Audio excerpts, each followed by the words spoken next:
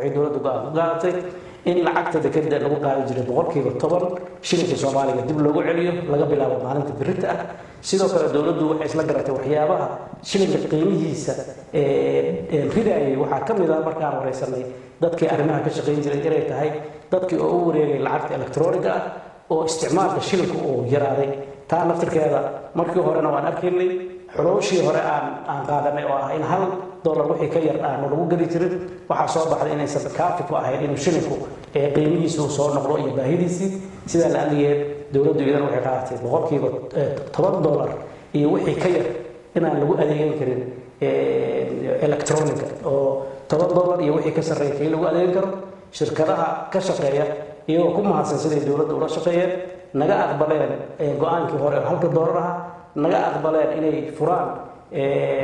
qayb elektarooniga oo shilinka Soomaaliga horena ay u furtay shirkadda Golis haddana ay maanta ay bilowday shirkadda Somtel anagoo uga mahadcelinayna fahamkaas iyo adeegidaas bulshada haddana markaan ururinay xogaha iyo baahiyaha iyo dadka u dhuundaloola sababta keenaysa inuu shilinku qiimihiisa hoos u sii dhaco inay qayb ka mid tahay iyadana waxaan qaadanay go'aanka ah in $10 iyo wixii ka hooseeya aanan lagu adeegsan karin arrimaha la yiraahdo isku dirka lacagaha dadka marka waxaan rajaynayaa inay go'aanadaas ay noqdaan kuwa dhaqan gala oo bulshada Soomaaliyeed ay u hoggaansamaan labada qodob ugu muhiimsan waxa weeye in boqolkiiba 10 dekada lagu qaado in $10 iyo wixii ka yar $10 wixii ka yar aan la isticmaali karin oo ah elektarooniga marka waxaan u rajaynayaa bulshada Soomaaliyeed iyo dadka reer Puntland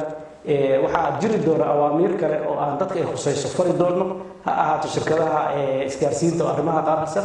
ha ahaato xawaaladaha ha ahaato dadka sariflayaasha iyo dowladda qaybaheeda kaleeto laakiin hadalkan waxa weeye waa hadalka caamka oo dadka ugu talagalnay dhaqangelintiisa ay soo fulayana iyo nooca jira guddi joogto ah oo la socda mar walba isbeddelka ku imaanaya arrimahaas waxaase uga baxaya hadalkayga in dadka ku dhex dhuumanaya dareenka dadka iyo cabashadooda dadkeena waan uga mahadcelinaynaa inay cabtaan waan uga mahadcelinaynaa inay dareenkooda loo soo gudbiyaan waan uga mahadcelinaynaa dadka arrimahaas kuseeya inay dowladda la soo xiriiraan shirarkii ugu yaraan ka soo qayb galaan aaraadooda noo dhiibtaan taladooda ay nagu biiriyaan go'aankana aan ku qaadano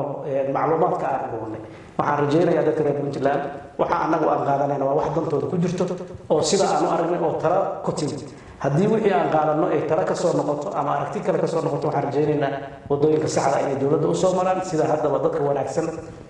arrimahaas kuseeya ugu soo mareen waxaan rajaynaynaa dadka Puntland inta xun oo danaha kale ka shaqeynaysa inay iska qabtaan Puntland way dhaqaaqday hore u soconaysaa iyada oo udub dhaxaad u ah dhismaha dowladda Soomaaliyeed oo harata guud ahaan dalka badiisa iyo cirkiisa iyo hawadiisa waa rajaynaynaa geedi socodka Soomaaliya meel kasta ay joogto ku jirto in ay dadka reer Puntland ay hormuud ka noqdaan waan rajaynayaa dadka faraha badan ee u imaanaya ay soo dhaweynayaan inay si fiican u soo dhaweeyaan sidoo kalena cidii ku soo dhaxdhuumanaysa oo dana kala wadata oo ah dano kharibaya sumcadda iyo deganaanshaha Puntland iyo Soomaaliya in intay soo gaarin hay'adaha amniga inay bulshada reer Puntland iyo iska qabtaan aad baa mahadsantiin